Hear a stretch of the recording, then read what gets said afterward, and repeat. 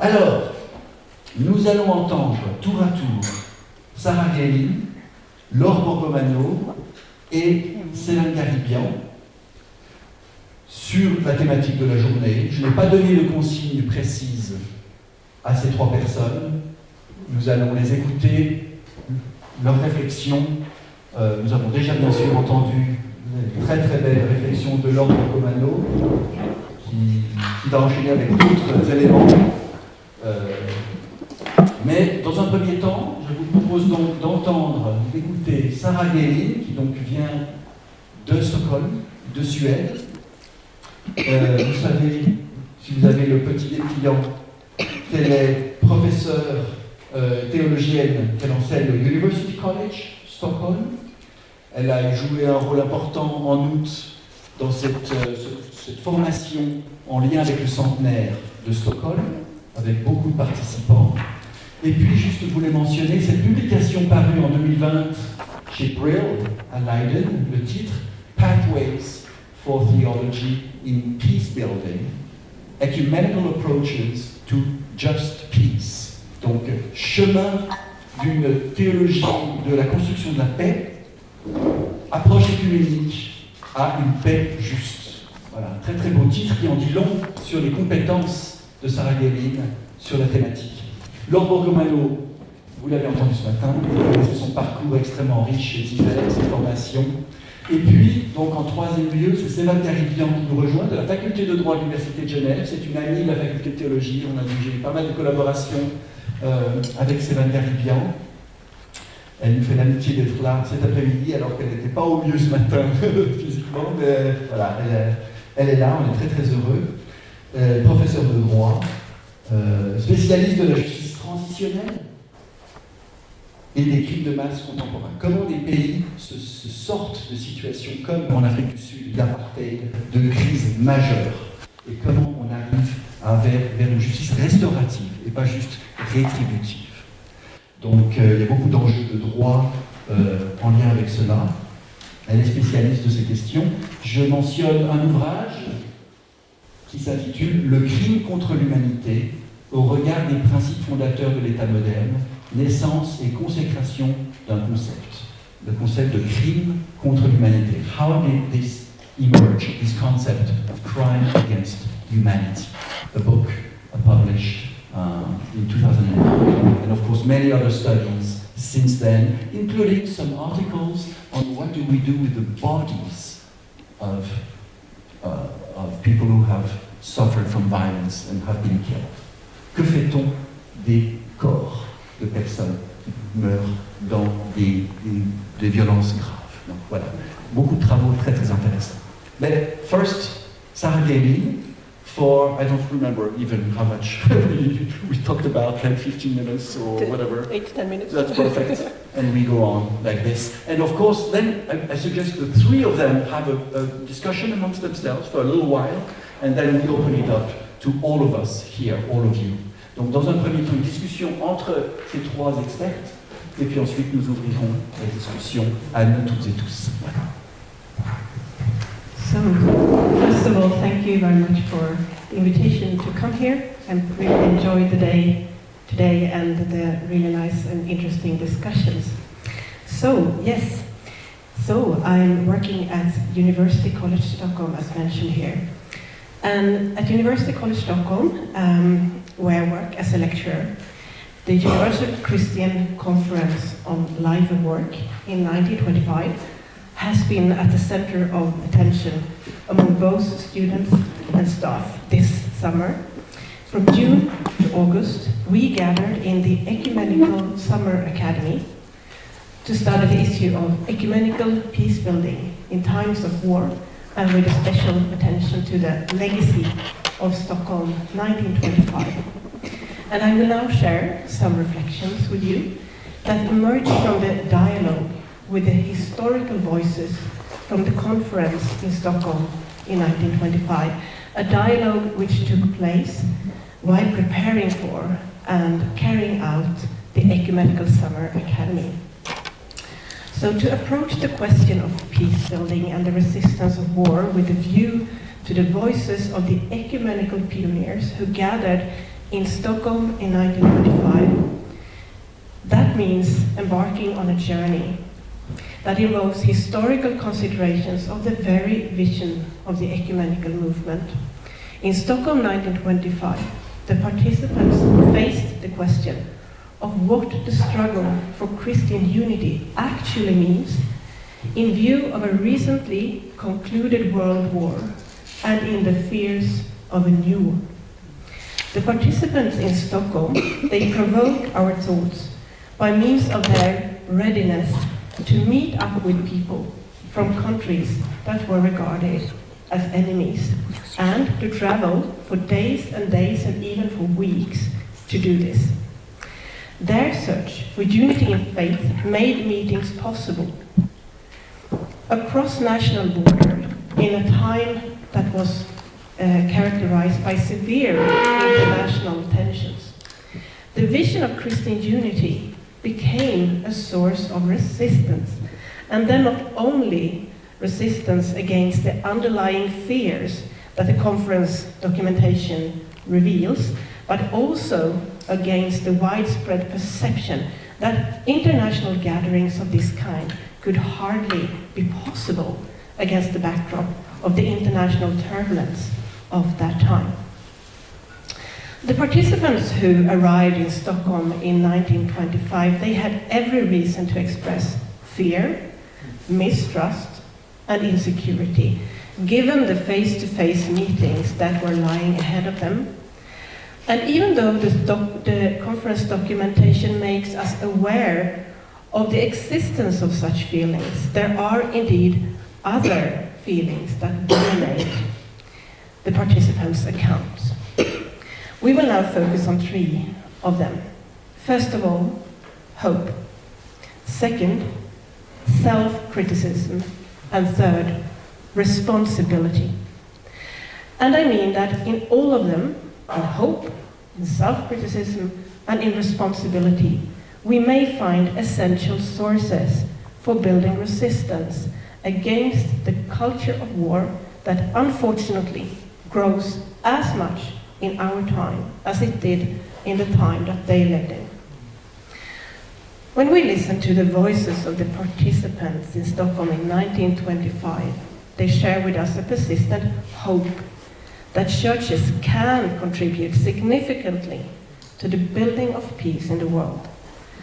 And moreover, by manifesting unity among themselves, that churches then could witness to the possibility of building peace, that they could serve as peace messengers. But in Stockholm, this hope was not communicated without awareness of how churches had just recently testified to the opposite. During the recent World War, churches had been among those who contributed to division, war, and devastation. As one of the French delegates, the Pasteur Jules Chesequel, asked, "What can the churches do against war and for peace when they have always been united for war and against peace? What can they do?" That is a valid question, which highlights the double role of churches in times of war. They can contribute to peace and unity on the one hand, and to war and division on the other hand. And this may indeed generate hopelessness. So, to keep one's hope in the peacemaking capacity of the churches is an act of resistance. It means to resist the hopelessness which may lead to paralysis or even to indifference.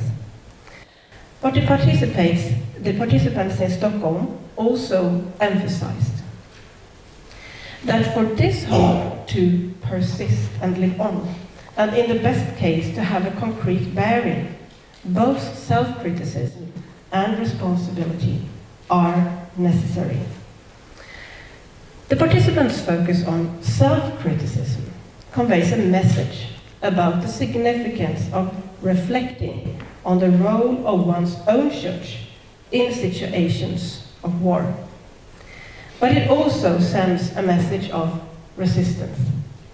Just as if we were speaking with people of our own time, the participants in Stockholm 1925 tell us about the importance of resisting self-satisfaction, complacency, and arrogance, and they point to the need for a lifestyle that is guided by prayer, continuous conversion, and empathy with those who are suffering. And they warn us of the abyss of polarization that is so easily created by images of the other as enemy. With the closeness of a world war in mind, the participants in Stockholm called for building bridges across such abysses. They emphasize that the churches not only can be messengers of peace and unity in the divided world, but that the churches also are responsible for being so. They pointed to the responsibility of treating one another as humans created in the image of God, irrespective of nationality, ethnicity, and faith tradition.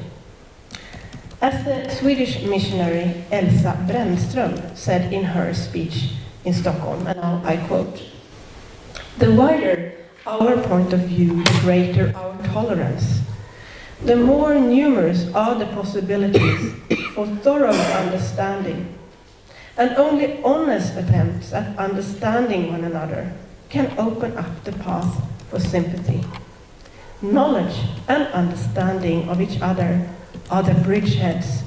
Faith in man and enthusiasm are the piers, on which the service of love must rest, if it is to serve the great end of reconciliation between the nations." Elsa Brännström's words call for further attention to the role of education in peace building. If knowledge and understanding form bridgeheads on which the service of love and reconciliation between nations can be built, then the peace-building capacity of education should never be overlooked. And here we may recall that the search for knowledge and understanding one another while trying to pave the way for peace-building is also central to ecumenical endeavors on the path towards Christian. At this crossroads, now let us continue to explore its role in the resistance to war. Thank you.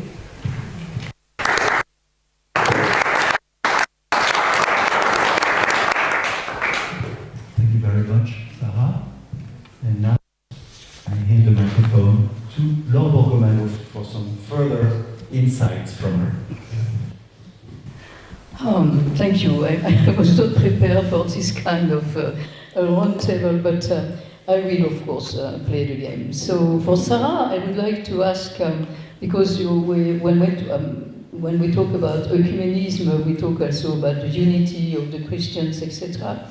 And I don't want to be provocative, but I ask myself, is it always a good idea to try to be so united, just in a single big community? Isn't it better? Isn't it also? Well, no, I'm not sure it's better or worse, but is there some value of diversity?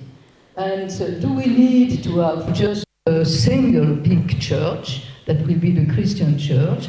Or is it interesting for me, which was raised in the Catholic faith, even if I'm far away from that now, but I think I was always attracted by my Protestant friends when I was at school, particularly because they were different. And it was not only in order to conflict with my mother, but it was a real interest because it also ask questions to my own way of living religion, faith, etc.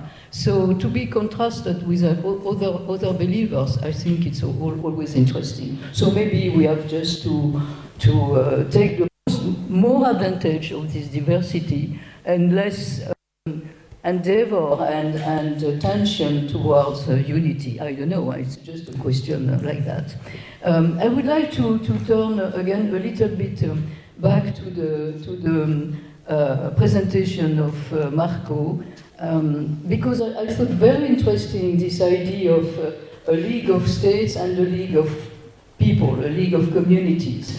And it reminds me that we need maybe to be more comment on dit, attentif, more cautious? Attentif au sens de okay, we need to pay more attention about what each part can, what each constituency, what each part can play each constituency. I think there are actions that states can do and that population cannot do, and vice versa. And I was reminding Marco about the question of peace between Germans after the reunification of Germany, Germans and the Czech Republic, about the question of the Sudets Germans. So for many years, I think for more than 15 years, this question was comment on dit, une épine dans le pied, a question of conflict between the two states, German and Czech. And the solution came finally and gradually through the parliaments of each country and through the people, because what states cannot recognize, that is that they were aggressor or they were, and states cannot, not because states are funny, but just because states, in democracy, states are also the results of elections. And if you don't want to lose your electors, you need you need sometimes to be a little bit not very clear on your own past. But what happened was a resolution that was taken by both parliaments.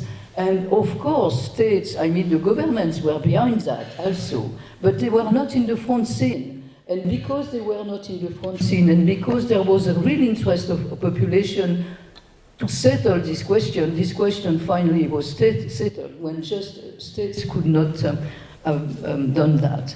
And anticipating a little bit with my colleague on the left-hand side, I would talk about. I'm really interested by the last book I read was the one by Philippe Sands, 38 rue de Londres, Pinochet et le nazi de Patagonie.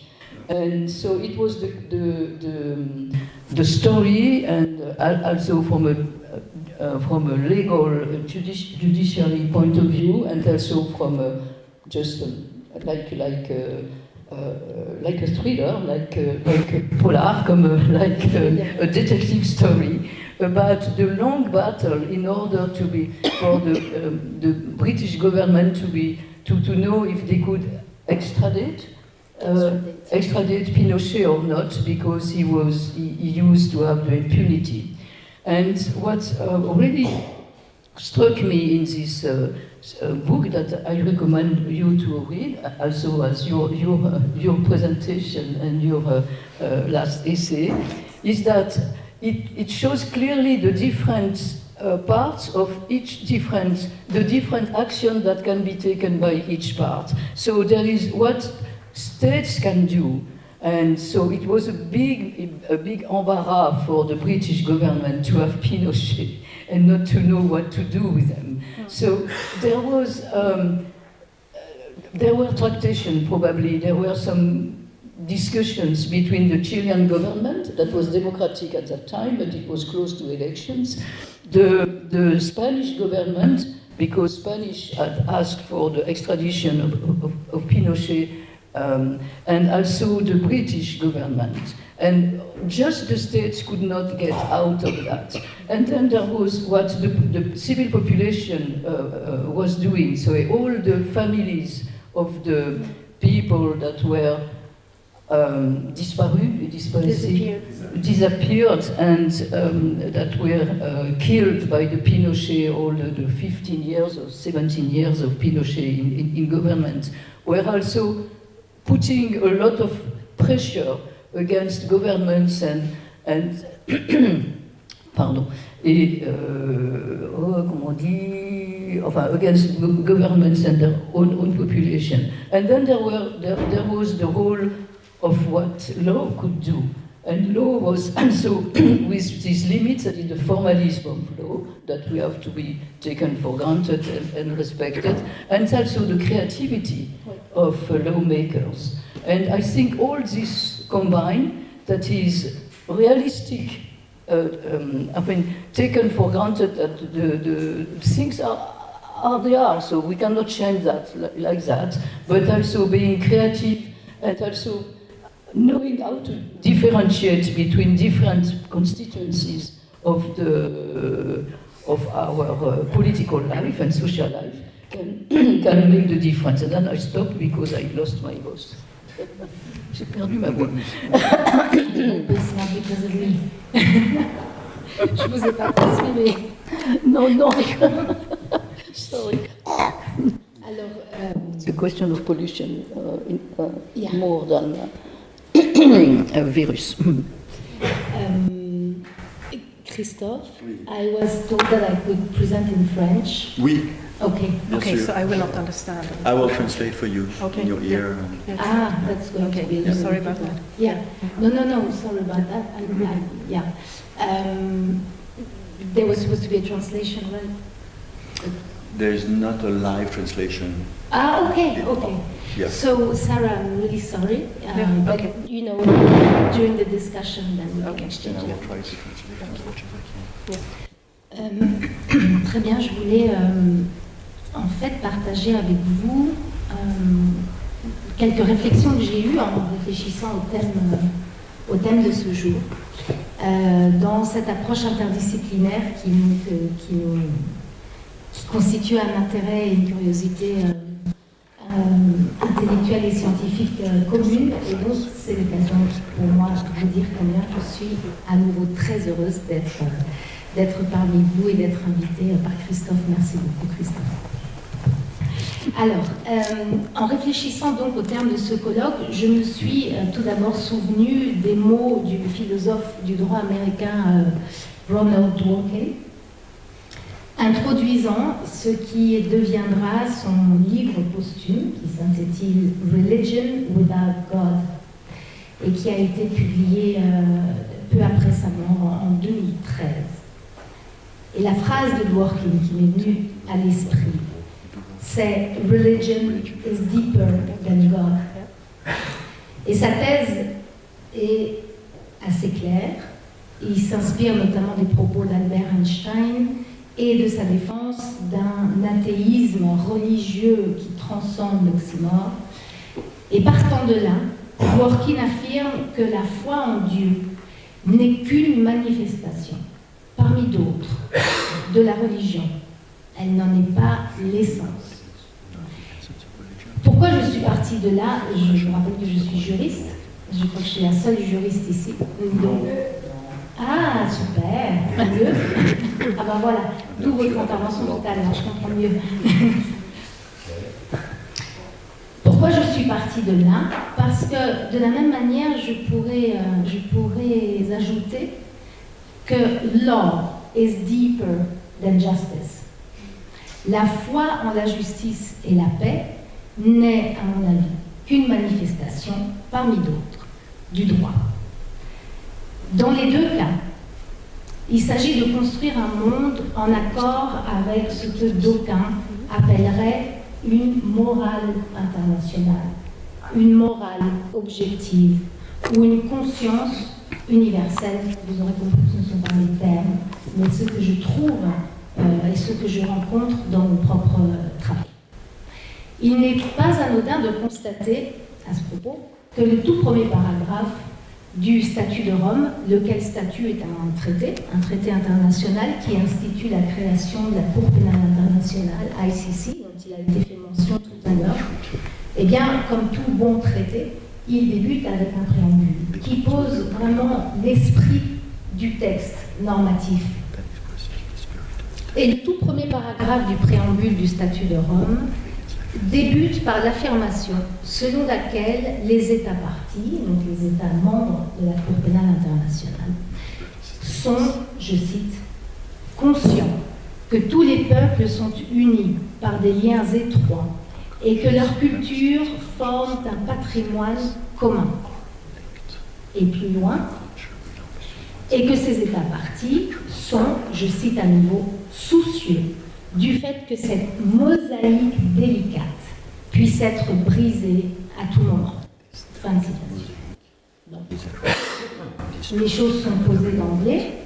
Le deuxième paragraphe poursuit en rappelant, toujours dans le préambule, en rappelant que les États, en s'engageant à respecter le droit du statut de Rome, c'est-à-dire le droit qui est appliqué par la Cour pénale internationale, c'est-à-dire le droit pénal international, eh bien, en s'engageant à le respecter, les États ont, je cite, ont à l'esprit qu'au cours de ce siècle, des millions d'enfants, de femmes et d'hommes ont été victimes d'atrocités qui défient l'imagination et heurtent profondément la conscience humaine. Fin de citation. Alors, les crimes dont il s'agit sont ceux que l'on appelle les crimes internationaux les plus graves. Là aussi, c'est une terminologie du droit pénal international, même si elle ne semble pas très juridique. Les crimes internationaux les plus graves, ou encore dans le jargon anglo-saxon, les core crimes, alors qui se réfèrent à des catégories de crimes que vous connaissez en réalité bien, donc plus simplement dit, les crimes de guerre, les crimes contre l'humanité, le crime de génocide et le crime d'agression, qui sont et qui ont toujours été, j'ai envie de dire, au cœur de l'actualité. Ça n'est pas un phénomène nouveau. Alors, pourquoi ce point de départ? Parce que vous aurez compris, l'invitation m'a en fait donné l'occasion de réfléchir aux passerelles et aux interactions entre le droit et la religion. Religion is deeper than God and law is deeper than justice.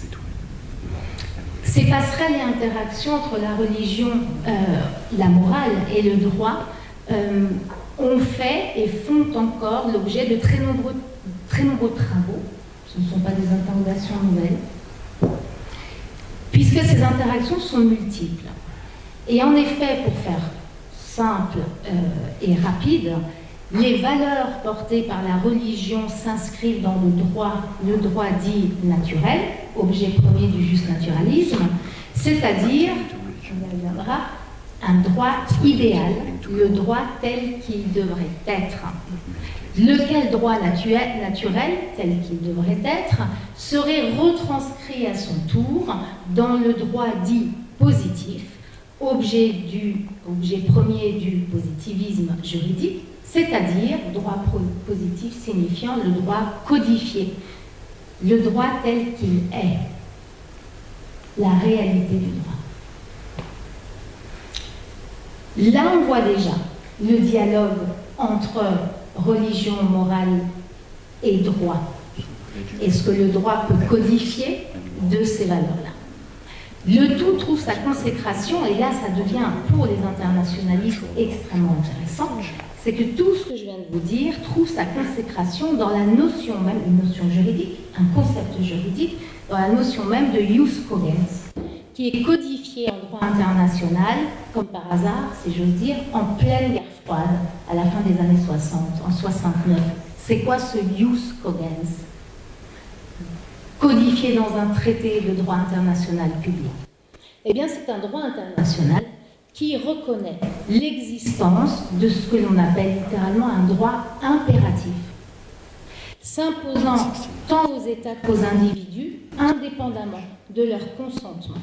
Un droit indérogeable, un droit absolu, qui constitue le seuil moral indépassable. Jus cogens. Il s'agit, vous l'aurez compris, du droit au fondement des incriminations des core crimes, de l'interdit de commettre l'un des crimes internationaux les plus graves, d'ailleurs non seulement de les commettre, mais d'inciter à les commettre notamment. Un droit censé traduire et garantir la protection de l'humain dans l'homme, pour reprendre Lévinas évoqué par Laure ce matin. Voilà disons, la traduction la plus topique de ces liens dont je parlais initialement. Et la guerre, au sens de guerre permanente ou guerre totale, que nous revivons aujourd'hui au quotidien, suppose l'activation, en théorie, de ce droit impératif qui traduit lui-même les valeurs morales et à certains égards religieuses et en tout cas éthiques qui nous mobilisent. Et puis, à titre d'exemple, donc dans cette langue très ardue, très sèche, très technique du droit, on peut trouver, lorsqu'on travaille sur la jurisprudence des tribunaux pénaux internationaux, l'apparition soudaine, eh bien, des termes de conscience universelle, des termes de morale internationale, des termes de conscience partagée par la communauté internationale. Évidemment, ne me demandez pas ce que cela signifie, parce qu'il n'existe aucune définition, encore moins juridique, de ces mots porteurs de l'humain dans l'homme. Je vous donne un exemple, quelques lignes. De l'apparition soudaine, et bien de Kant, dont il a été beaucoup question. Dans la jurisprudence pénale internationale, il s'agit d'un minuscule extrait d'un très long jugement produit par le tribunal pénal international pour l'ex-Yougoslavie, et cette jurisprudence que je vais citer date de l'année 2000. Je cite les juges pénaux internationaux. Cette tendance, ils font référence justement à la codification de ce droit impératif censé incriminer les crimes internationaux les plus graves. Cette tendance inscrit dans les normes juridiques le concept d'impératif catégorique formulé par Kant dans le domaine de la morale. Et puis un peu plus loin, la plupart des normes du droit international humanitaire, notamment celles qui prohibent les crimes de guerre, les crimes contre l'humanité et le génocide, sont des normes impératives du droit international ou iuscogens, c'est-à-dire qu'elles sont impérieuses et qu'on ne saurait y déroger. Fin de citation. Autant vous dire qu'il s'agit d'une sémantique absolument pas courante dans le discours juridique, encore moins dans la jurisprudence pénale internationale.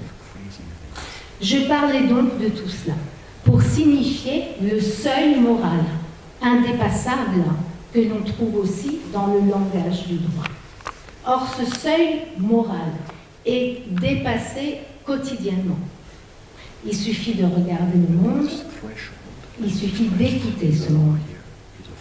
Il nous renvoie en miroir, je dirais alors, à l'inhumanité de l'humain, c'est-à-dire de cet humain, qui est aussi capable d'instiguer, d'inciter à commettre et de commettre lui-même les crimes qui, je le rappelle, sont considérés comme heurtant profondément la conscience humaine. Si ce dépassement du seuil moral peut s'expliquer par divers facteurs, à partir de différentes perspectives et de différents champs disciplinaires, j'aimerais m'arrêter un instant sur la question de l'abus. Religion et droit ont cela en commun, qu'ils ont, et ça a été rappelé à plusieurs reprises, je crois, et par Sarah à l'instant, il y a quelques minutes, ont en commun le fait qu'ils ont un double rôle. Ils sont à la fois, comme le disait Sarah, sauf que j'y ajoute le droit, je dépasse la religion pour y ajouter le droit. Ils sont à la fois un puissant facteur de pacification, d'apaisement, de reconstruction, voire même de pardon et de réconciliation dans certains cas lorsque celle-ci se réalise. Mais ils peuvent être aussi, à l'inverse, une source ou un prétexte de conflit, d'oppression et de rupture violente du contrat social. C'est donc un truisme que de dire que la religion, comme le droit, peuvent être mises au service du meilleur comme du pire. Et j'en reviens à la problématique, à mon avis, fondamentale de l'abus L'abus comme clé parmi d'autres, certes, mais comme clé importante de compréhension du dépassement du fameux seuil moral qui est désormais juridicisé. Passé et présent nous montrent combien la religion, là encore, tout comme le droit, font l'objet d'instrumentalisation politique, mortifère, weaponization, visant à justifier l'injustifiable. Le recours à la religion et au droit devient alors une arme idéologique pour les renverser contre leurs propres valeurs ou les valeurs qu'ils visent à protéger. Je tiens à cette notion de renversement. Il s'agit d'un renversement pervers. On le voit tous les jours dans les rhétoriques qui sont reproduites dans la presse comme dans les réseaux sociaux. Écoutons, lisons ces discours, ils nous disent tellement. Ce renversement pervers du cadre protecteur de la religion comme du droit, un renversement qui les rend, religion et droit, épée, sword, plutôt que bouclier. Similarité, d'ailleurs, que je note, avec un renversement topique qui est très travaillé dans le domaine de l'analyse de la rhétorique négationniste. Un négateur, un dénégateur va systématiquement renverser les rôles. Il y a vraiment une symétrie dans la mécanique manipulatrice et manipulatoire, renverser les rôles en justifiant ces crimes par une accusation faite envers les victimes d'être leur propre bourreau. La victime devient le bourreau et c'est à ce titre de l'agression par la victime que l'on va justifier ce que d'aucuns vont appeler une légitime défense. Au nom du droit et au nom de la morale et au nom de l'éthique. C'est un exemple de détournement, d'usurpation, même j'aime à dire, d'usurpation, sachant que l'abus s'oppose bien évidemment à la bonne foi dont il a également été question au préalable. J'en ai fini, simplement peut-être pour vous dire que résister à la guerre, et j'ai même envie d'ajouter résilier face à la guerre, je vais y revenir, résister à la guerre, résilier face à la guerre, suppose au fond de lutter contre l'abus du droit, l'abus des faits, l'abus de l'histoire, jusqu'à l'abus, on l'a vu, de la mémoire. Peut-être que nous aurons l'occasion d'y revenir. Dans le conflit Gaza-Israël, que je peine à appeler conflit, parce qu'il est bien plus que cela, vous aurez bien vu à quel point la mémoire des morts et la mémoire de la Shoah est weaponized, utilisée comme arme pour justifier l'injustifiable. Nous sommes dans, comment dire, quelque chose d'extrêmement obscène, pour reprendre les termes de M. Netanyahou, qui qualifie d'obscène certaines réactions, les quelques-unes de la communauté internationale ou de l'Union européenne. On voit aussi à certains égards, et là encore les exemples ne manquent pas dans l'histoire, une instrumentalisation politique du religieux, ça a été mentionné. Et ce qu'il y a de commun à chaque fois dans ce travail de politisation et de perversion, d'usurpation, de détournement, d'abus, c'est l'idéologisation de valeurs, premièrement considérées comme contraires à toute forme d'idéologie politique.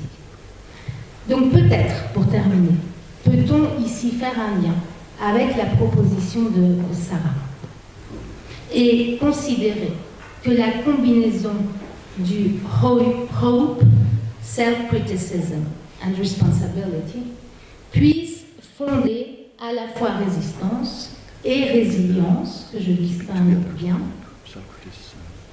face à ce que Weber ou Gaucher, vous le savez bien, on peut appeler le désenchantement du monde, ou comme dirait le prêtre jésuite, théologien et historien français Michel de Certeau, face à la crise du croyable. Et je propose à mon tour, à partir du propos de Sarah, d'entendre, alors, le mot hope peut être en français comme espérance, plutôt qu'espoir, le self-criticism, comme la capacité à penser contre soi, et à penser contre soi au sens d'Hannah Arendt, et puis le mot responsibility, comme devoir moral, mais aussi obligation juridique de rendre des comptes. C'est ce que l'on appelle en anglais accountability, rendre des comptes. Je vais m'arrêter là pour le moment, pour ne pas faire trop long, je m'aperçois du temps qui passe, et puis je pense qu'on aura de toute façon beaucoup à partager. Je suis I'm so sorry, Sarah. I had prepared, my notes in French, but we'll have the opportunity to share in English. Merci Christophe pour ce travail très difficile de traduction. Merci.